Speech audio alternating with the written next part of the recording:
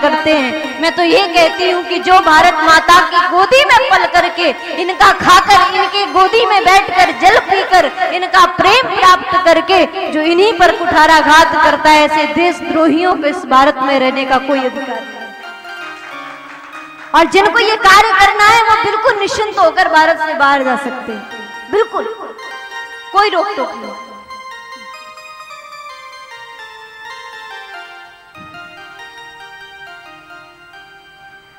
तो ये तो राष्ट्र की बात हुई, ये धर्म की बात हुई।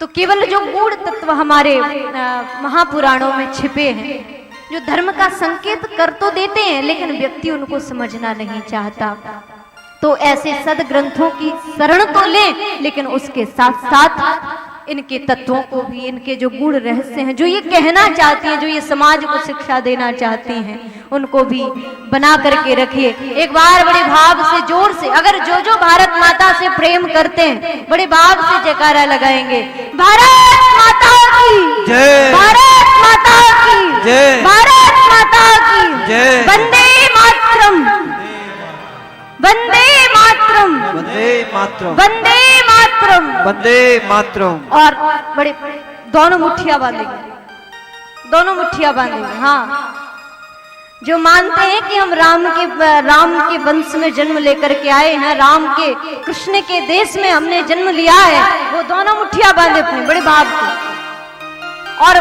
बड़ी जोर से जयकारा लगाएंगे, लगे कि हाँ यहाँ राम भक्त बैठे।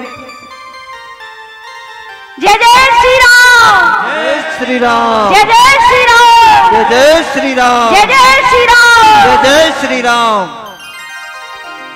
तो बस यही हिंदुत्व की भावना भी अपने हृदय में जगा करके रखिए। जो हिंदू अंदर सो रहा है, ये भावना भारत के प्रति बना करके रखिएगा। आइए पुनः अपने विषय पर आते हैं। वेद व्यास जी महाराज बड़ा सुंदर वर्णन करते हैं परम धर्म का। परम धर्म क्या है? तो कहा एकमात्र अपने इष्ट के प्रति प्रेम होना, भक्ति होना, यही परम धर्म कहलाता है। कहा महाराज ठीक है, हमने मान लिया आपकी कथा परम धर्म है, लेकिन हम ये भी बताएं कि ये कथा का प्रागट्य हुआ कहाँ से। तो वेद व्यास जी ने उसकी भी बड़ी प्यारी व्याख्या की। निगम कल्प तरोर गलतम फलम सुख मुखाद अमृत द्रव संयुतम पिबत भागवतम रसमालयम मुहुर्हो रश्का भुविभाव का। निगम किसे कहा जाता है? तो कहा निगम कहते हैं वेद को। नितराम गम्यति बोध्यति सा निगमो वेदा। निगम वेद को कहा जाता है, जो हमें उस ब्रह्म तत्व का बोध करा दे, वो वेद है। अब किसी ने कहा कि महाराज ठीक है, आपने वेद बता दिया, लेकिन वेद है क्या? तो कहा वेद है कल्प वृक्ष। और भागवत तो कहा भागवत उसका अमृत रस से भरा हुआ फल है। कहा महाराज अगर ये वृक्ष पर फल लगा है तो फिर ये नीचे कैसे आया? तो वेद व्यास जी महाराज ने बड़ी प्यारी बात कह दी। बोले कि ये फल पेड़ से सीधे नीचे नहीं गिरा, अगर सीधे नीचे गिरता तो ये फूट भी जाता, लेकिन सीधा नीचे नहीं आया। फिर तो कहा कि शिष्य प्रशिष्य परंपरा के द्वारा इस फल को धीरे धीरे धीरे धीरे पृथ्वी पर लाया गया।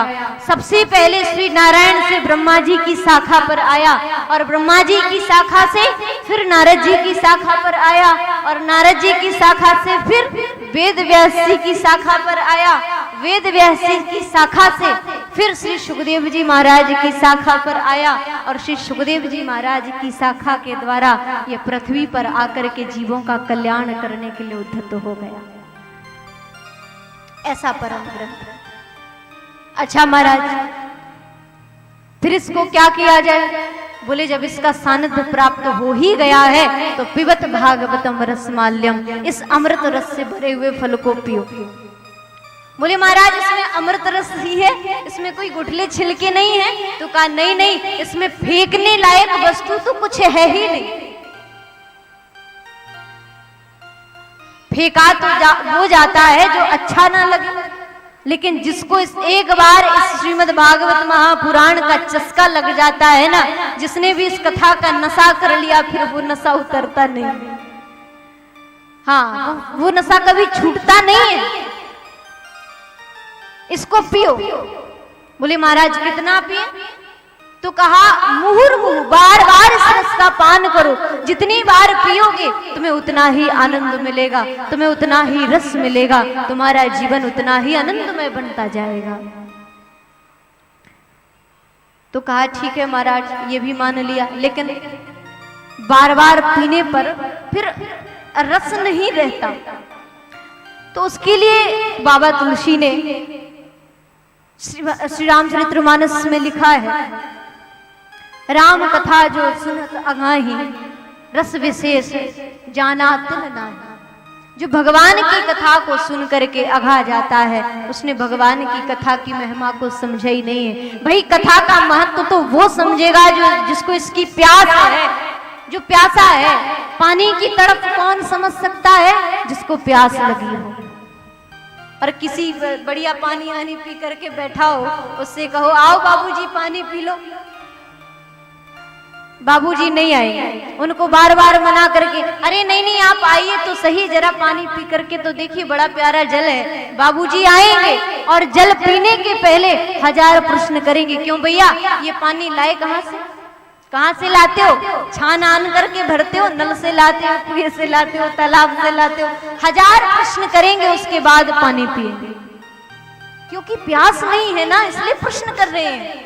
ये कैसा है, ये क्या है, इसमें क्या है, तरह तरह के प्रश्न करेंगे। लेकिन एक अगर रेगिस्तान में फंस जाए ना, फिर पता करो, फिर पूछो उनसे।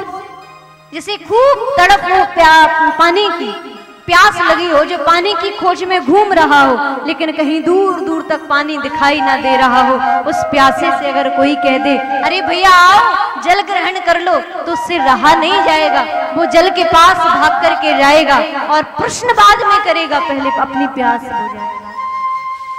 ये तड़प होती है, क्योंकि वेद व्यास जी महाराज ने भी खुद ऐसे ही भक्तों के लिए भागवत को सुनने के लिए पुकारा है। हर कोई भागवत को सुन नहीं सकता, ना किसी में इतनी सामर्थ्य है जो एक आसन लगाकर भगवान की कथा को श्रवण कर ले। बहुत मुश्किल है, सुन कौन पाते हैं? तो वेद व्यास जी ने केवल 2 लोगों के नाम लिए। कौन है? तो कहा रस का भुवि भावुक, जो बड़े ही भावुक हैं भगवान के चरणों में, जो जिनका प्रेम नित्य प्रति रहता है, जो बड़े ही भावुक रहते हैं, प्रभु की कथा सुनने के लिए लालायित रहते हैं, जो रसिक हैं, जो रसिया हैं, वो भगवान की कथा के रस को समझ पाते हैं। बाकी तो सब केवल मनोरंजन ही समझ करके बस उसका आनंद लेते हैं। कहीं टाइम पास नहीं हुआ, बोले भैया चलो भागवत में बैठ जाएंगे, 3 घंटे आराम से कट जाएंगे। तो ये हाल है। लेकिन भागवत मनोरंजन का विषय नहीं है। भागवत अगर है तो भगवान से मिलने और मिलाने का साधन है, अपने जीवन को अपने सुधारने का साधन है। बड़ा प्यारा वर्णन श्री वेद व्यास जी महाराज ने किया। और इसके बाद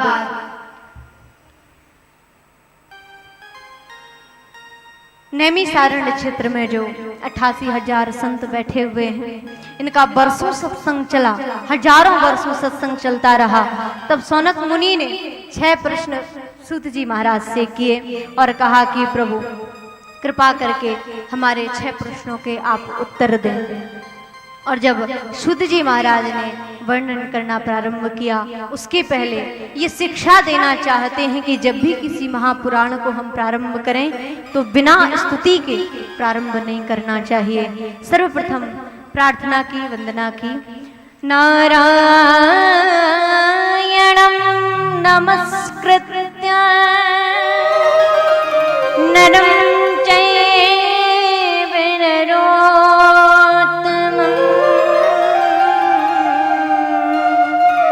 देवीं सरस्वतीं व्यासं ततो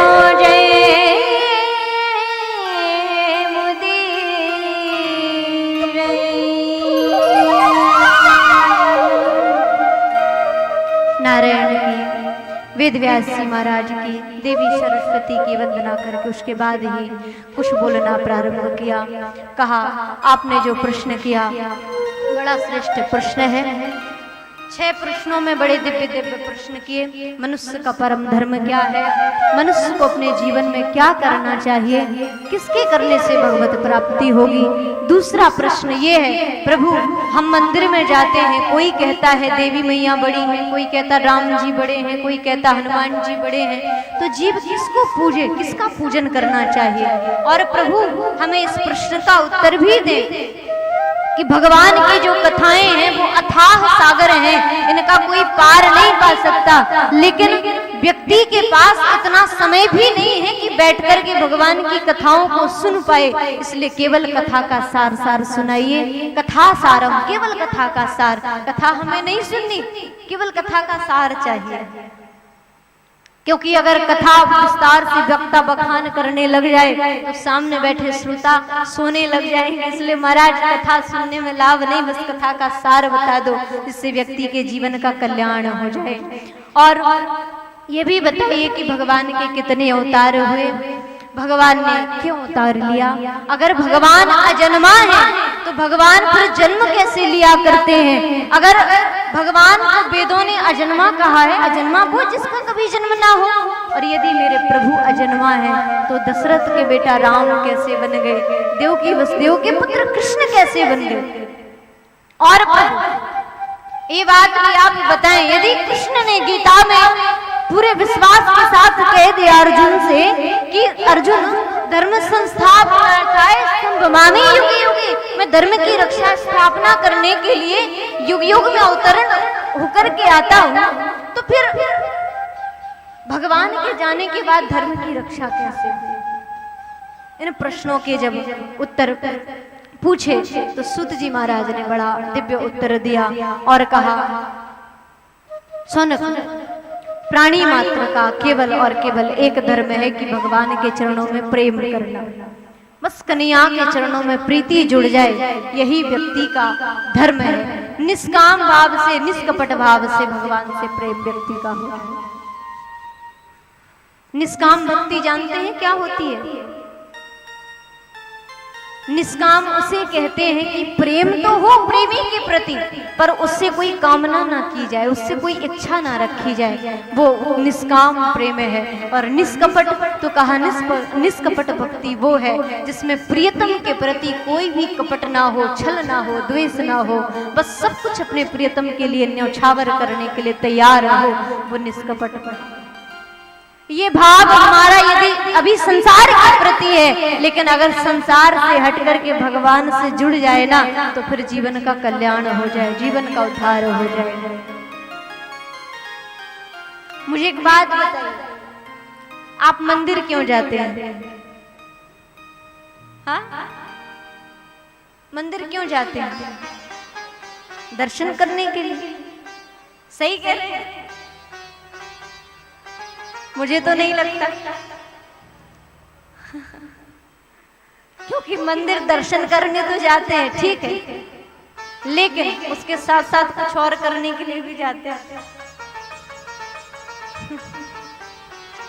हाँ, हे भगवान मेरी बहू के यहाँ बेटा हो जाए, हे भगवान मेरी बेटी का बढ़िया घर में संबंध हो जाए, हे भगवान मेरा बढ़िया व्यापार धंधा चले, यही सब मांगने जाते हैं भगवान के पास, है।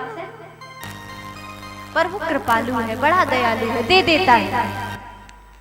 हम कहते हैं प्रभु अगर ये मेरा काम हो गया ना, तो मेरी तरफ से इतने लोगों का भंडारा तेरे दरबार में। हाँ,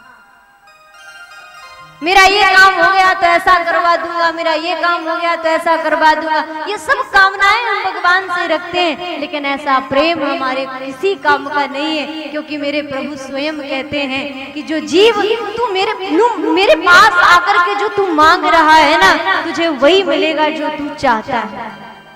और ये बात सत्य है। हम भगवान के दरबार में जाकर के जो मांगते हैं तो हमें वही मिलता है, पर जो भक्त निरंतर भगवान के लिए रोते रहते हैं, विलाप करते रहते हैं, अश्रु बहाते रहते हैं, उन भक्तों से जरा जाकर के पूछो कि भगवान ने तुम्हें क्या दिया। तब वो कहेंगे कि प्यारे तू नहीं जानता कि मेरा कृष्ण कितना मतवाला है, मेरा कृष्ण कितना दयालु है, मेरा कृष्ण कितना टेढ़ा है, ये तेरी समझ में नहीं आता। तेरे तो केवल देखने में टेढ़ा है कि कन्हैया की कमर टेढ़ी, कन्हैया की बंसी टेढ़ी, कन्हैया का मुख टेढ़ा, कन्हैया के चरण टेढ़े, तू केवल देख करके बताता है, लेकिन मैंने अनुभव किया है कि वो कितना टेढ़ा है। हाँ, भक्तों के लिए बड़ा सीधा काम करता है। भक्तों को क्या दे, अश्रु तो देता है, रुदन करने के लिए उनको अश्रु धारा का समुद्र उनके जीवन में भर देता है, लेकिन उसके साथ साथ कृपा बरसाने में भी कमी नहीं रखता। मतवाला है श्याम हमारा, मस्ती में जब आता है, किसको कब क्या दे देता ये कोई समझ ना पाता है। इतना दयालु मेरा कन्हैया है, जब वो तुम पर कृपा करेगा तुम्हें पता नहीं चलेगा उसने क्या दिया।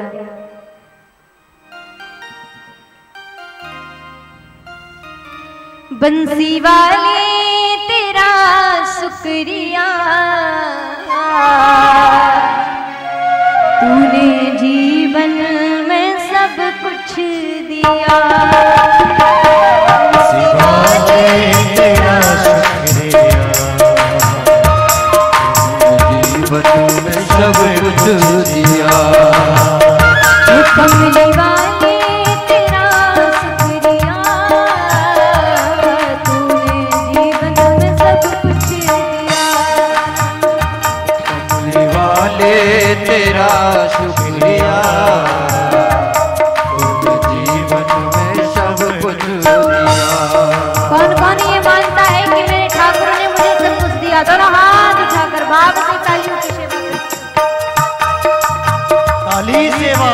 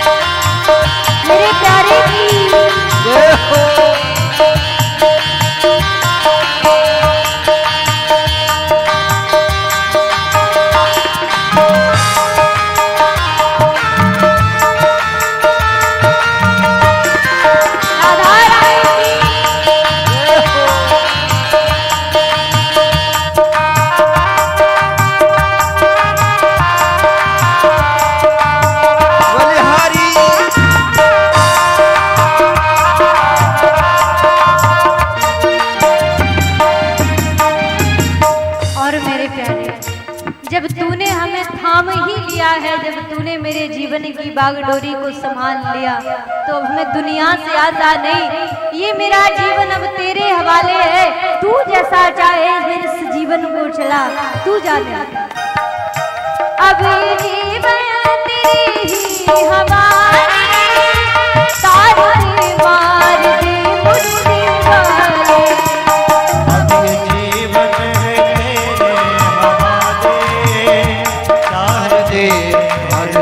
मुरली वाले।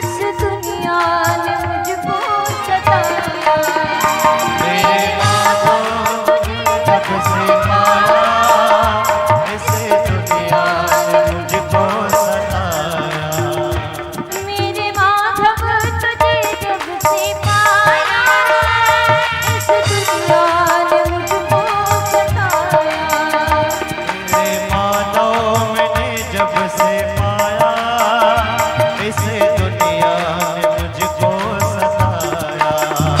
लेकिन प्यारे, दुनिया कितना ही कष्ट दे ले, कुछ नहीं होगा, क्योंकि बैरी के दो हाथ हैं, हरि के हाथ हजार। अरे दो हाथ वाला बैरी हजार हाथ वाले प्रभु के आगे क्या करेगा? मुझे कोई भय नहीं प्यारे, इसलिए मेरे शरीर को, मेरे जीवन में मुझे कष्ट का एहसास भी नहीं होता। क्यों? कष्ट मेरा तूने हर लिया, कष्ट मेरा तूने हर लिया। है तेरा शुक्रिया शुक्रिया, है तेरा शुक्रिया शुक्रिया। कमली वाले तेरा शुक्रिया, तूने जीवन में कमली वाले तेरा शुक्रिया, तूने जीवन में सब कुछ दिया। तूने जीवन में सब कुछ दिया, तूने जीवन में सब कुछ दिया। बोलिए भक्त वत्सल भगवान की। ऐसी मेरे प्रभु की कृपा है, इसलिए अगर प्रेम करना है तो मीरा की तरह करो, प्रेम करना है तो सबरी मैया की तरह करो, जिसमें कोई कामना ना हो। इस प्रकार बड़ा सुंदर वर्णन श्री वेदव्यास जी महाराज करते हैं। सूत जी महाराज ने इस प्रश्न का उत्तर दिया और कहा कि भगवान युग युग में अवतार तो लेते हैं, तो जब जैसी परिस्थिति उत्पन्न होती है मेरे प्रभु उसी के अनुरूप अपना अवतार धारण करके पृथ्वी पर आते हैं और भक्तों के कष्टों को दूर करते हैं। यही व्यक्ति के जीवन का मात्र एक परम धर्म है। ना ही मंदिर में जाकर के विग्रह की परिक्रमा करना धर्म है, और ना ही 4 बजे उठ करके स्नान कर लेना व्यक्ति के जीवन का धर्म है। अगर धर्म है तो केवल इतना, बस निष्कपट निष्काम भाव से कन्हैया के चरणों में प्रीति हो, यही एकमात्र धर्म व्यक्ति के जीवन का है। श्री शुद्ध जी महाराज सनक जी को कथा श्रवण कराते हैं और कहा कि व्यासी के द्वारा ये श्रीमद् भागवत महापुराण की कथा श्री सुखदेव जी महाराज को प्राप्त हुई, जिन्होंने परिषद के कल्याण के लिए इस कथा को श्रवण कराया। तो कहा कि व्यासी ने कैसे इस भागवत की रचना करी, प्रभु कृपा करके आप हमें श्रवण कराए। तो कहा कि जब वेद व्यास जी महाराज का जन्म हुआ और ये जन्म लेते ही जब जाने लगे तो माता ने कहा कि बेटा तुम जा रहे हो, पर ये वृद्ध माता तुम्हारे बिना कैसे रहेगी? तो वेद व्यास जी महाराज ने कह दिया, माँ तू चिंता मत कर, जब तू अपने इस बालक को स्मरण करेगी ना, तेरा बालक तेरे सामने उपस्थित हो जाएगा, पर अभी मुझे जाने दे, मुझे बड़ा ही एक जरूरी काम है, उस कार्य को पूर्ण करने के बाद मैं तेरी सेवा के लिए तत्पर रहूंगा। और आज वेद व्यास जी महाराज गंगा जी के किनारे गए, जाकर के बैठे, एक समाज के कल्याण की, संसार के जीवों के कल्याण की भावना वेद व्यास जी महाराज के मन में जागृत हुई। आपको एक बात कहूं, समाज सुधार हर कोई नहीं करा पाता। अगर हर व्यक्ति ये बीड़ा उठा ले कि हम समाज को सुधारेंगे, हम समाज को, हर इंसान को हम सुधार करके सामने लाएंगे, तो ऐसा बिल्कुल नहीं है। हर किसी में इतना सामर्थ्य नहीं है समाज को सुधार दे। सुधार कौन सकता है? कोई राजनेता आपके जीवन को निखार नहीं सकता, एक सच्चे मनुष्य को सुधार करके सामने नहीं ला सकता। एक राजनीतिक व्यक्ति जब समाज के बीच में जाता है तो कितने वादे करता है, भाई हम तुम्हारे लिए ऐसा करेंगे, ऐसा करेंगे, ऐसा करेंगे, कितने वादे करता है। क्या वो सत्य होते हैं? नहीं होते। वो तुम्हारे बीच में तुमसे नोट, वोट और सपोर्ट मांगने के लिए आता है, ठीक है ना। लेकिन जो सच्चा जीवन को सुधारने वाला होता है वो है एक सच्चा संत। संत तुम्हारे बीच में ना तो तुमसे तुम्हारा नोट मांगता है, ना ही तुम्हारा वोट मांगता है, और ना ही तुमसे तुम्हारा सपोर्ट मांगता है। अगर संत मांगता है तो केवल और केवल तुमसे तुम्हारी खोट मांगता है। तुम अपनी खोट मुझे दो, मैं चढ़ा दूंगा तुम्हारी प्रभु के चरणों में, बस।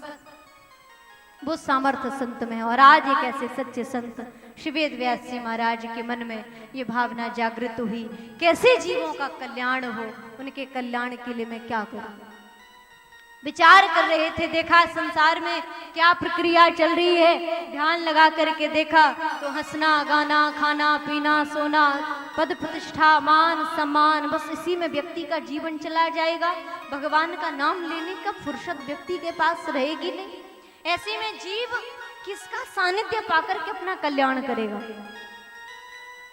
तो इन्होंने विचार करके वेदों की रचना करना प्रारंभ करी।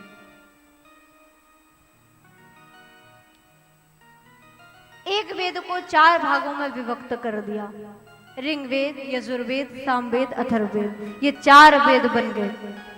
अब इनका सार जो था, उन सारों को निकाला, उस सार को निकाल करके छोटे छोटे ग्रंथ तैयार करे। महाभारत, विष्णु पुराण जैसे 17 पुराण लिख डाले वेद व्यास जी ने। अर्थ, धर्म, काम, मोक्ष, जिनमें चारों पुरुषार्थ भरे पड़े हो, महाराज ऐसे ग्रंथ लिख करके रख दिए। लेकिन फिर भी अभी मन में असंतोष है कि मैंने कोई काम अधूरा छोड़ दिया है, मेरा कोई काम अभी रह गया है। चिंतित बैठे हुए थे। श्री नारद जी महाराज का वहां पर आगमन हुआ। नारद जी महाराज ने जब पूछा तो सारी बात वेद व्यास जी महाराज ने नारद जी को कह सुनाई। तो कहा कि प्रभु मैं क्या करूं, आप मेरे संताप को, इस चिंता को दूर करिए। आप तो पूरी पृथ्वी पर भ्रमण करते रहते हैं, जीवों का कल्याण कैसे हो। नारद जी महाराज ने फिर बड़ी सुंदर बात कही। अच्छा, भागवत के मूल सूक्ति में आप देखना, मूल पाठ में आपको पता चलेगा, एक जगह तो लिखा नारद उवाच, अर्थात नारद जी कह रहे हैं, और एक जगह फिर जब दोबारा से लिखा तो लिख दिया श्री नारद उवाच। इसका मतलब क्या है? तो कहा कि पहले तो नारद जी बोले वेद व्यास जी को समझाने के लिए, समझाया कि आपने ग्रंथ लिखे ये सब ठीक है, पर जो लिखना चाहिए था वो आपने लिखा नहीं। और जब दूसरी बार बोलने के लिए तत्पर हुए तो लिख दिया श्री नारद उवाच। अर्थात इस बार नारद नहीं बोल रहे हैं, बल्कि कौन बोल रहा है? श्री, अर्थात इस बार श्री कृष्ण भगवान स्वयं इस बार बोलने के लिए आ रहे हैं। इसलिए मर्यादित शब्द यहां पर लगा दिया, सम्मानवाचक शब्द यहां पर लगा दिया, श्री नारद। अर्थात नारद के हृदय में बैठ करके अब भगवान ही कुछ कहलवाना चाहते हैं। और नारद जी महाराज ने बड़ी सुंदर शिक्षा वेद व्यास जी को दी।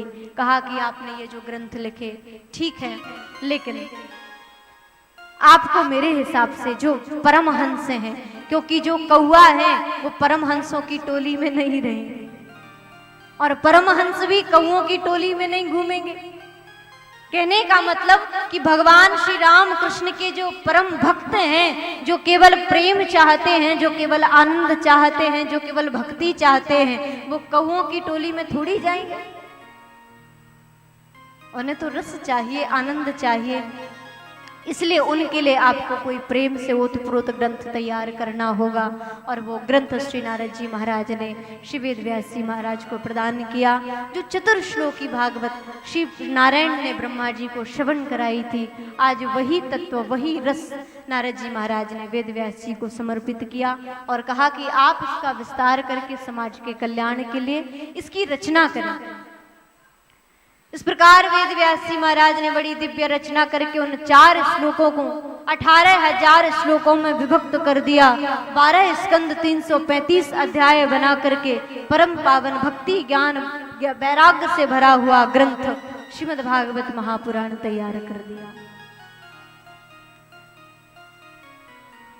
और ये सौंपा कैसे, तो कहा श्री सुखदेव जी महाराज के द्वारा इसका जन जन में प्रचार प्रसार करवाया।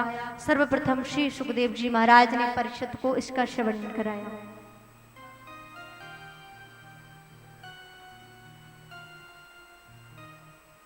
हमारी यात्रा बड़ी लंबी है, क्षमा करना, क्षमा चाहती हूँ, क्योंकि ये कथाएं ऐसी हैं जो समय की सीमा में बांध करके इनको रख नहीं सकते, समय से बाहर ये हो ही जाते हैं। और फिर भगवान की लीला कथाओं को समय में बांध करके कैसे रखा जा सकता है? मेरे प्रभु की कथाओं को उनको कोई बांध नहीं सकता, तो वो सामर्थ्य तो हम में नहीं है, लेकिन प्रयास करती हूँ कि समय के अंदर अंदर कथा को बस शाम में करूँ, क्योंकि दीदी जी भी काफ़ी सफ़र से चल के आए हैं, तो थके हुए हैं, को भी रेस्ट करने की आवश्यकता है। क्षमा चाहती हूँ। सूक्ष्म रूप में हम सभी आप कथा को श्रवण करेंगे। नियम भी पूरा करना है, उसको भी नहीं तोड़ सकते।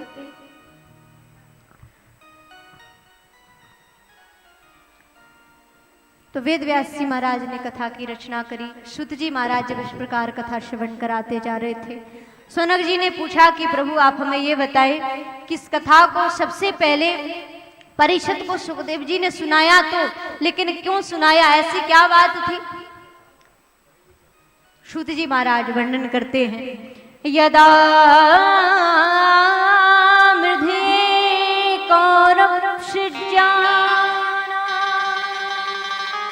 वीरेशवथो वीरगति गतेषु ब्रकोदरा विद्गदा भगनो दंडे धृतराष्ट्रपुत्रे।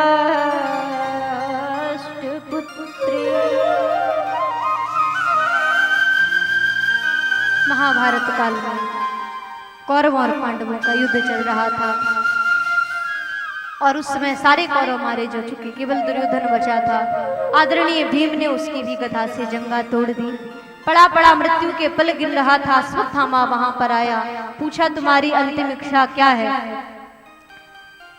तो दुर्योधन ने कह दिया कि बस पांचों पांडव मर जाएं, यही मेरी अंतिम इच्छा है, और मैं क्या चाहता हूं, क्योंकि इन्होंने मेरे जीवन को, मेरे शरीर को समाप्त करके रख दिया, और ऐसे शरीर तोड़ा कि अब चलना फिरना भी मुश्किल है, कब प्राण निकल जाएं, कोई भरोसा नहीं। अश्वत्थामा ने कहा बस इतनी सी बात है, समझो पांचों पांडव मर गए। और इस प्रकार अश्वत्थामा पांडवों के शिविर में गया, जाकर के द्रौपदी के 5 पुत्र थे, उन पुत्रों को जब मारने का प्रयास किया, पांडव तो वहां थे नहीं, और देखने में बिल्कुल पांडवों की तरह उनके 5 पुत्र दिखाई देते थे। तो अश्वत्थामा ने भूलवश उन 5 पुत्रों के सिरों को काटा, दुर्योधन के पास जाकर के दे दिया, ये लो तुम्हारी अंतिम इच्छा मैंने पूरी कर दी। दुर्योधन ने जब ये देखा तो बड़ा प्रसन्न हो गया, हाथ में एक सिर लिया और उसको जब हाथों से जोर से दबाया तो सिर चूर चूर हो गया। और दुर्योधन को ये श्राप था कि जिस दिन उसका हर्ष और उसका दुख दोनों एकत्रित हो जाएंगे, सुख और दुख जब दोनों एकत्रित होंगे उसी दिन उसकी मृत्यु हो जाएगी। और आज जब पुत्रों को देखा बड़ा प्रसन्न हो गया कि 5 पांडवों को मैंने युद्ध में नहीं हरा पाया, मेरा पूरा कौरव वंश समाप्त हो गया, मेरे स्वभाई समाप्त हो गए, लेकिन ये पांडवों में से एक भी नहीं मरा। आज बड़ा प्रसन्न हो गया कि मेरे मित्र ने बड़ा प्यारा काम कर दिया कि 5 पांडवों को मार दिया, मेरा बदला पूरा कर दिया। और फिर जब बाद में उस सिर को देखा, सिर चूर चूर हुआ तो दुर्योधन समझ गया कि ये पांडव नहीं, ये पांडवों के पुत्र हैं। और इन निर्दोष बालकों की हत्या इसलिए कि इसका पाप तो मुझे भुगतना पड़ेगा, बड़ा दुखी हुआ और दुर्योधन का प्राणांत हुआ। इधर द्रौपदी बड़ा विलाप करती हैं। अर्जुन ने प्रतिज्ञा की कि देवी आप चिंता ना करो, जिसने भी आपके पुत्रों को मारा है उसका सिर काट के आपके सामने लाऊंगा। भगवान को सारथी बनाया और अश्वत्थामा का पीछा करते करते जंगल में पहुंचे। अश्वत्थामा ने भी वहां पहुंचकर ब्रह्मास्त्र का प्रयोग किया।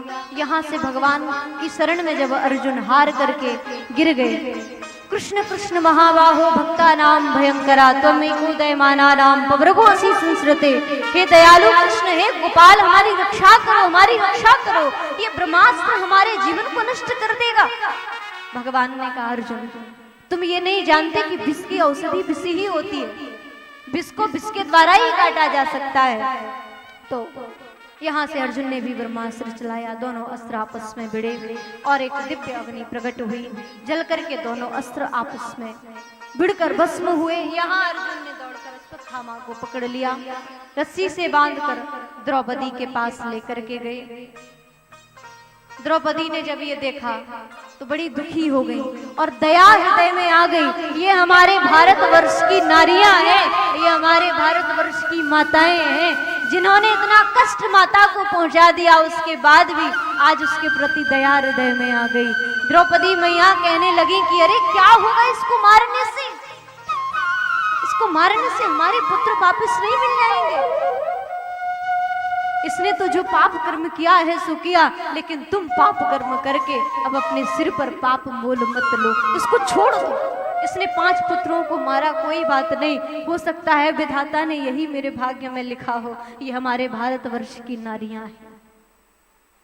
लेकिन महाराज आज के परिवेश में, आज की समाज में अगर देखा जाए झांक करके, तो शायद वो करुणा, वो वात्सल्यता आज हमारे माताओं के हृदय से चली गई है। वो भाव, वो प्रेम आज हमारे माताओं के हृदय में देखने को नहीं मिलता। अगर कहीं लड़ाई भी हो रही होगी ना, तो सबसे पहले जाकर के पहुंचेंगी वहां पर। कहीं कोई छोटी सी अगर बात हो गई, तुरंत लड़ने के लिए खड़ी हो गई। घर में कोई छोटी मोटी बात हो गई तो तुरंत लड़ने के लिए तैयार हो गई। ये हमारे भारतवर्ष की नारियों का स्वभाव नहीं है। और मैं तो यहाँ तक कहती हूँ कि द्रौपदी जैसी नारी शायद संसार में कोई हो ही नहीं सकती। नारी शिरोमणि दयालु द्रौपदी, नारी शिरोमणि दयालु द्रौपदी, जग में कोई दूजी नारी नहीं है, जग में कोई दूजी नारी नहीं है, जग में कोई दूजी नारी नहीं है, जग में कोई दूजी नारी नहीं है। क्षमादान मेरी को जो है देने वाली, क्षमादान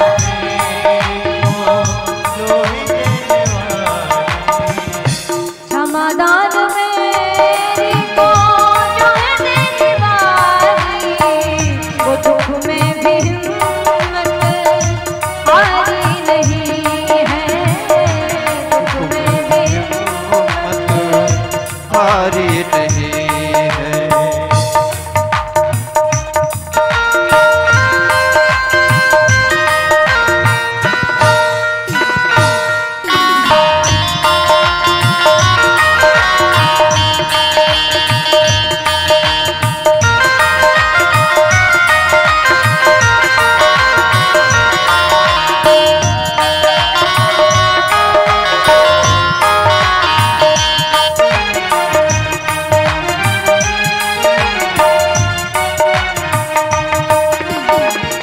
सूती में पाँचों सुरों को है मारा, सोची ने 5 सुतों को है मारा, सूती में पाँचों सुरों को है मारा, सोते में 5 सुतों को है मारा, बनास सुमा पापी बाल हजारा, बना सका कभी बल हजारा, बनास सुमा पापी बाल हजारा।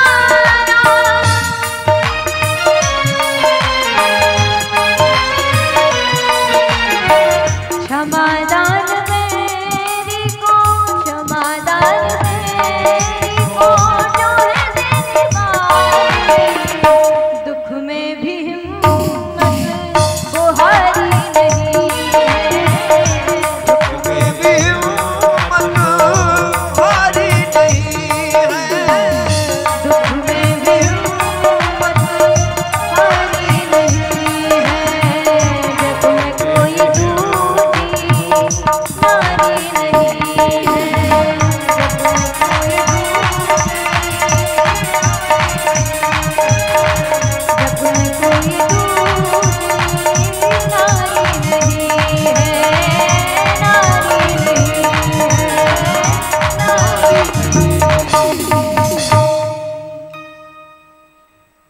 मुनि ने रोका।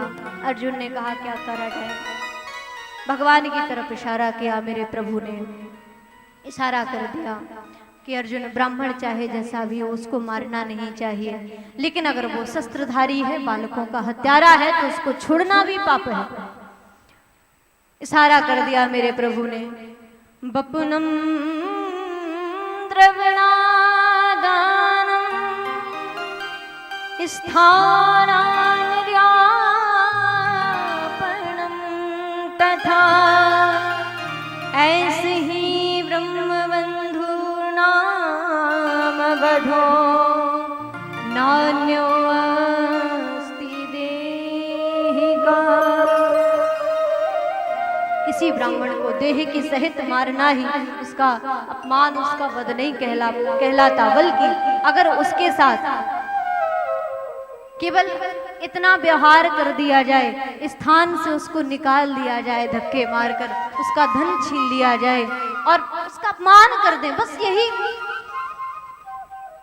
अधम ब्राह्मण के वध का विधान है। अर्जुन ने भगवान का इशारा समझा, आधी मूछ मोड़ दी, आधे सिर के बाल मोड़ दिए और धन जो था वो छीन लिया और धक्के मारकर अश्वत्थामा को वहां से निकाल दिया। कुछ समय बीता, मेरे प्रभु द्वारका जाने के लिए तैयार हुए। यहाँ उत्तरा के गर्भ में जो संतान थी, अंतिम पांडवों के वंश को बढ़ाने वाली संतान, आज अश्वत्थामा ने उस वंश को मिटाने के लिए ब्रह्मास्त्र चलाया। यही द्वेष होता है। क्षमा करके पांडवों ने अगर शरणागति देकर के छोड़ भी दिया अश्वत्थामा को, तो उसको तो धन्यवाद देना चाहिए पांडवों को, लेकिन नहीं, वही द्वेष मन में बिठाए हैं। मेरा अपमान क्यों किया, मैं इनके वंश को समाप्त कर दूंगा। और अश्वत्थामा ने जब ब्रह्मास्त्र चलाया, भगवान ने उत्तरा के गर्भ की संतान की रक्षा की। और भगवान की जब ये लीला कुंती मैया ने देखी, आज कुंती मैया देख करके बड़ी भाव विवल हो गई, भगवान को बार बार मुस्कुरा करके प्रणाम करने लगी। भगवान ने कहा कि बुआ, आप कृपा करके उल्टी धारा ना बहाएं, जो आप ये कार्य कर रही हैं ये ठीक नहीं है। यहाँ कुंती मैया ने भगवान को बार बार प्रणाम करके भगवान के सामने उनके स्वरूप को पहचान करके एक याचना भगवान के सामने रखी, जो हर भक्त की भावना होनी चाहिए, जो हर भक्त के भगवान के प्रति भाव होना चाहिए। वो कुंती मैया आज दिखाना चाहती है, बताना चाहती है कि एक भक्त को अगर भक्ति भगवान की करना है तो कैसे कर पाएगा। जिसके जीवन में दुख है वो भगवान का स्मरण कर सकता है, वो भगवान का नाम जप सकता है, लेकिन आज के व्यक्ति का ये नियम हो गया है, दुख में सुमरन सब करें, सुख में करे ना कोई, और जो सुख में सुमरन करे तो दुख काहे को हो। जब दुख आता है तो खूब नारायण नारायण, हे राम जी, हे कृष्ण जी, हे दुर्गा मैया, हे भोलेनाथ, हे पार्वती मैया, पता नहीं क्या क्या रटते रहेंगे, नाम लेते रहेंगे। अगर जरा सी ठोकर भी पैर में लग जाती है ना तो लोग तुरंत बुलाते हैं हाय राम, तुरंत भगवान को पुकारते हैं। लेकिन जब सुख तुम्हारे पास आता है तो तुम सुख संपदा में सब कुछ भुला देते हो। जीव गर्भ में रहता है माता के और भगवान से प्रार्थना करता है कि हे माँ कृपा, हे प्रभु कृपा करके मुझे इस माता की गर्भ योनि से निकाल दीजिए, मैं इस गर्भ में रहना नहीं चाहता। और एक बात ध्यान दीजिए, जब माता की गर्भ में बालक रहता है ना, उस समय उसे अपने पूर्व जन्मों का सब स्मरण रहता है, लेकिन जब संसार में आता है तो भगवान से किया हुआ हर वादा भुला देता है, भगवान से जो कहता है वो भुला देता है। कुंती मैया ने आज दुख मांगा और कहा कि प्रभु आप मुझे दुख दीजिए, मेरे लिए वो दुख ही श्रेष्ठ है। सुख के माथे सिल पड़े जो हरि हृदय सुजाए, बलिहारी व दुख की जो पल पल नाम जपाए। इस प्रकार भगवान पांडवों के भाव को समझ करके हस्तिनापुर में ही ठहर गए और भीष्म पितामह के द्वारा बड़ा ही सुंदर उपदेश पांडवों को प्रभु ने दिलवाया। और उसके बाद मेरे प्रभु भीष्म पितामह के शरीर छोड़ने के बाद भगवान द्वारका के लिए प्रस्थान करते हैं। अच्छा, ये कौन चाहता है कि भीष्म पितामह की तरह हमें और आपको मृत्यु प्राप्त हो? बताओ। भीष्म पितामह को कैसी मृत्यु मिली थी जानते हैं? मेरे प्रभु बंसी लिए हुए सामने खड़े हुए मंद मंद मुस्कुरा रहे हैं। बड़ी प्यारी मेरे प्रभु की छवि आंखों के सामने है और भीष्म पितामह स्वरूप को देख करके अपने प्राणों को त्याग रहे हैं। धन्य है भीष्म पितामह। मैं कहती हूँ कि ठाकुर जी, कभी अगर जरा सा पुण्य मैंने भी किया हो, जरा सी भक्ति मैंने आपकी करी हो, तो कृपा करके सपने में ही मृत्यु के समय तो बहुत मुश्किल है कि मैंने पुण्य इतने किए हों कि आपके दर्शन मुझे हो जाएं, तो कभी सपने में ही उस छवि को, उस झलक को एक बार बस दिखला दीजिए। मेरा जीवन धन्य हो जाएगा, मेरा जीवन कृतार्थ हो जाएगा। ये भाव हमारा होना चाहिए कि प्रभु वो मृत्यु मुझे दें। अरे ऐसी मृत्यु व्यर्थ चली जाए कि संसार के लोग सामने खड़े और हम आंख बंद कर ले, ऐसी मृत्यु तो सबको मिल सकती है, लेकिन ये मृत्यु हर किसी के लिए संभव नहीं है। जहां भगवान मेरा कन्हैया अपनी चितवन दिखाए हुए खड़ा है और प्राण त्याग रहे हो, भगवान से ये प्रार्थना करो कि हे गोपाल, हे गोविंद, हे मेरे प्यारे, अगर तू मुझे मृत्यु दे तो बस तू मेरी आंखों के सामने रहे। और भाव क्या हो, बड़ा प्यारा भाव है। आइए सभी भाव से मिलकर के गाएंगे। इतना तो करना स्वामी, जब प्राण तन से निकले, गोविंद नाम लेकर, गोपाल नाम लेकर, तब प्राण तन से निकले। इतना तो करना स्वामी, जब प्राण तन से निकले, गोविंद नाम लेकर, गोपाल नाम लेकर, जब प्राण तन से निकले, गोविंद नाम लेकर, जब प्राण तन से निकले।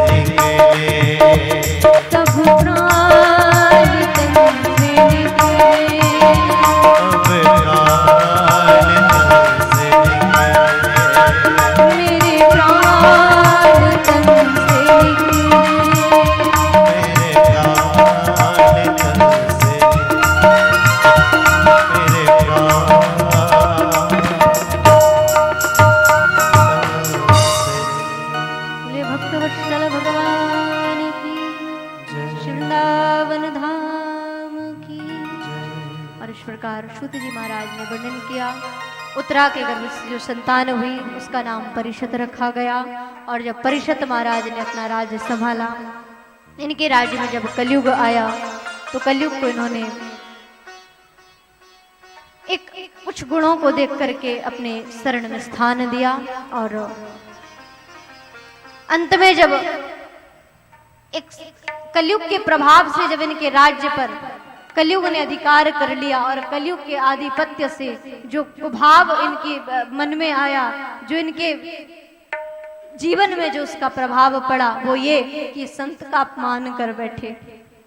और संत का अपमान करने के कारण इनको जो फल मिला वो ये है कि 7 दिन की मृत्यु में ये बंध गए कि 7 दिन के बाद की मृत्यु हो जाएगी। ऋषि ने श्राप दे दिया कि आज से ठीक 7वें दिन तुम्हें तक्षक डस लेगा।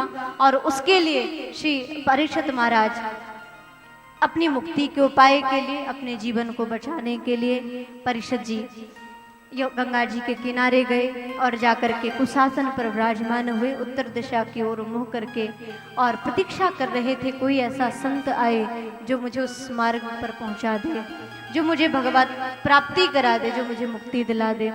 बड़े बड़े संत वहां पर विराजमान थे। और वहीं दिगंबर वेशधारी महाराज श्री सुखदेव जी का आगमन हुआ। बोलिए श्री सुखदेव जी महाराज की। सभी ने उठकर श्री सुखदेव जी महाराज को वंदन किया, साष्टांग दंडवत प्रणाम किया। आसन पर परिषद महाराज ने उनको बिठाया, बिठा करके उनका पूजन किया। और पूजन करने के बाद उनसे एक ही प्रश्न केवल पूछा कि प्रभु मुझे ये बताएं कि एक म्रियमाण पुरुष को क्या करना चाहिए। बड़ा प्यारा प्रश्न किया। आइए, हमारे पास समय नहीं है और आपको एक बात बताओ, हम आप जो सब है ना, हम सब कम वक्त हैं।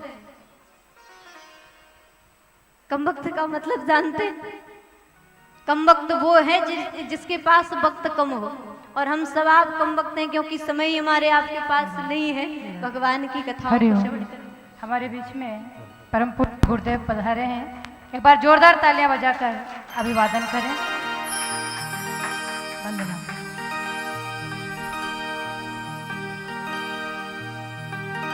क्या जाने कोई क्या जाने,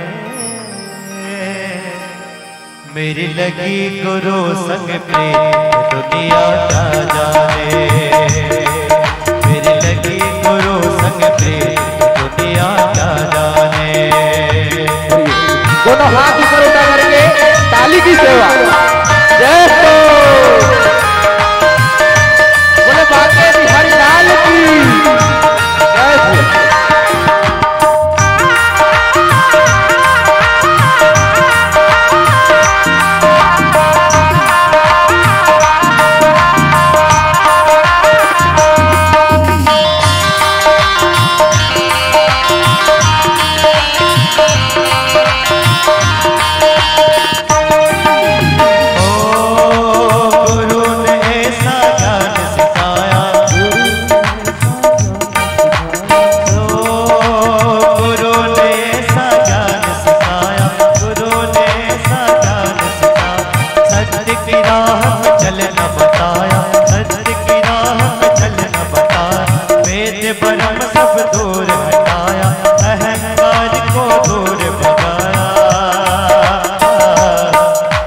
गुरु चरणन संग ये दुनिया क्या जाने, ये दुनिया क्या जाने, ये दुनिया क्या जाने।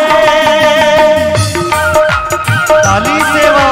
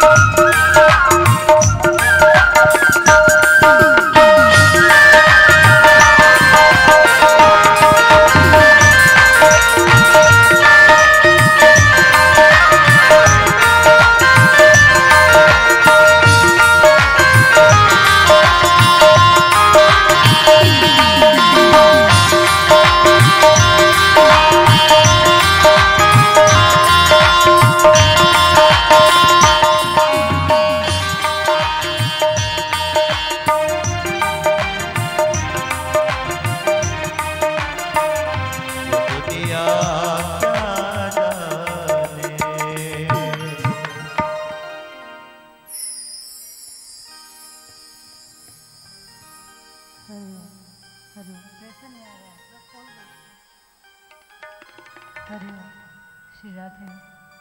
बोले सतगुरुदेव की। हमारे बीच में उदयनाथ पार्वती अखाड़ा के महंत श्री परम पूज्य परम वंदनीय गुरुदेव जी महाराज पधारे हैं। मैं चाहती हूँ एक बार जोरदार तालियां बजाकर अभिवादन करें। अब श्री अंबाना से सीधे चले आ रहे हैं। काफ़ी लंबा सफ़र तय करके आप श्री यहाँ पर पधारे हैं। गुरुदेव के श्री चरणों में कोटि कोटि नमन, बंधन, अभिनंदन। सभी भक्तों की ओर से कोटि कोटि स्वागत, कोटि कोटि अभिवादन, आभार। और मैं निवेदन करूंगी कि अपने अमृत तुल्य वचनों से सभी भक्तों को लाभान्वित करें, सभी को आशीर्वचन सुनाएं। परम पूज्य गुरुदेव।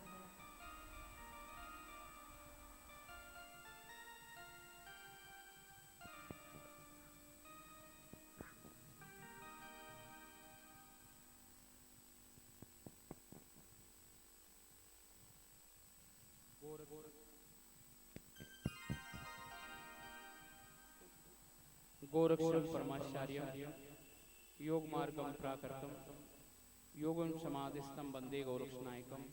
बोलो जति गुरु गोरक्षनाथ जी महाराज की जय हो। बोलो भक्त वत्सल भगवान की जय हो। बोलो भागवत भगवान की जय हो। वृंदावन बिहारी लाल की जय हो। भक्तगणों, अपन बिहारी जी के इस पावन में सुंदर सा दिव्य धाम वृंदावन, श्री धाम वृंदावन में आज दूसरा दिन चल रहा है कथा का। दूसरे दिवस के उपलक्ष्य में कथा का आनंद ले रहे हैं। श्रीमद् भागवत महापुराण कथा बहुत पावनमयी कथा है। जिस भगत ने भी कथा के लिए दौड़ लगाई है सुनने के लिए, तो उसको कथा प्राप्त तो हुई है, परंतु कथा प्राप्त सहज में नहीं होती।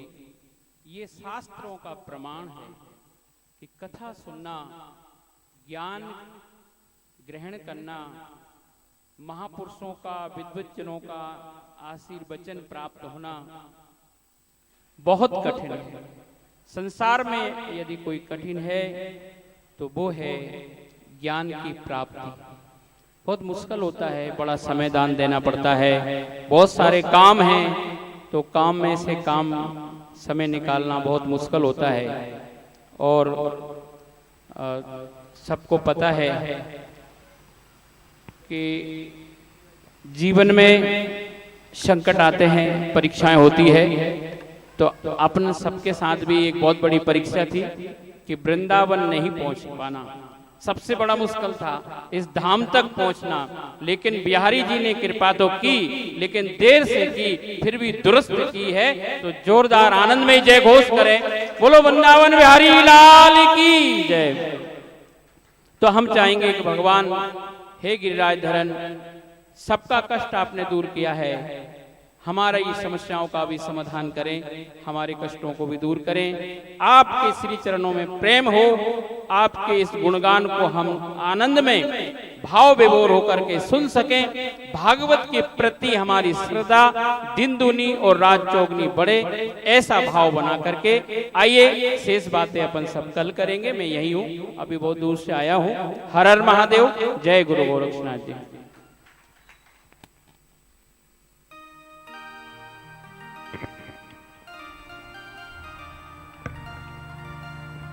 सभी भक्तगण आरती के लिए अपने अपने स्थान पर खड़े हो जाएं।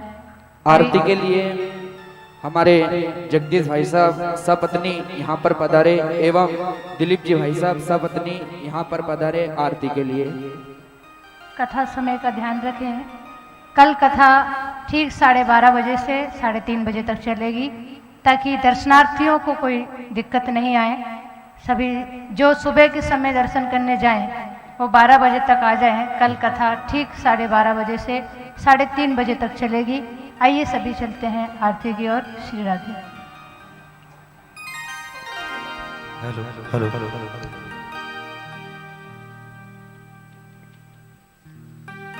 बोले वृंदावन बिहारी लाल की जय।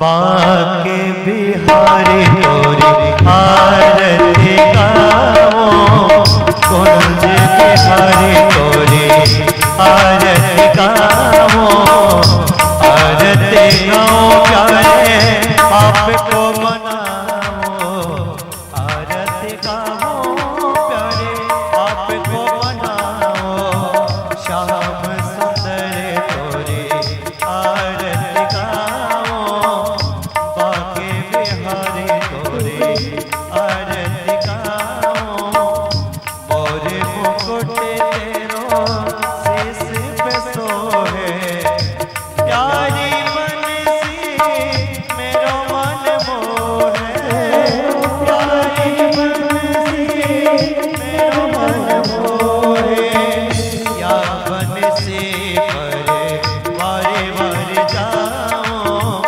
बाके बिहारी तोरे आरती गाओ, पीला पीतांबर तन पे सोहे, राधा रानी मेरो मन मोहे, या जोड़ी पर वारे वारे जाओ, श्याम सुंदर तोरे आरती गाओ, श्री हरिदास ने प्यारे तुम हो, श्री हरिदास के प्यारे तुम हो, ओ मेरे मोहन जीवन धन हो, मेरे मोहन जीवन धन हो, युगल छवि पर वारे वारे जाओ, बाके बिहारी तोरी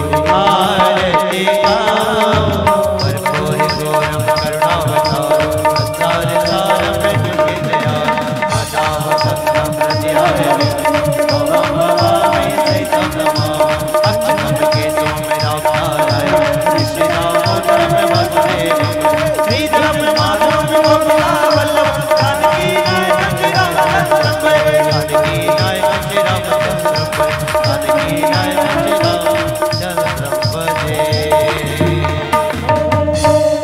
हरि ओम जलेन आरार्तिक्यम अत भद्र पुष्पांजलिः यगनेन जगन्मय जन्तदेवास्तानि धर्माणि प्रथमानि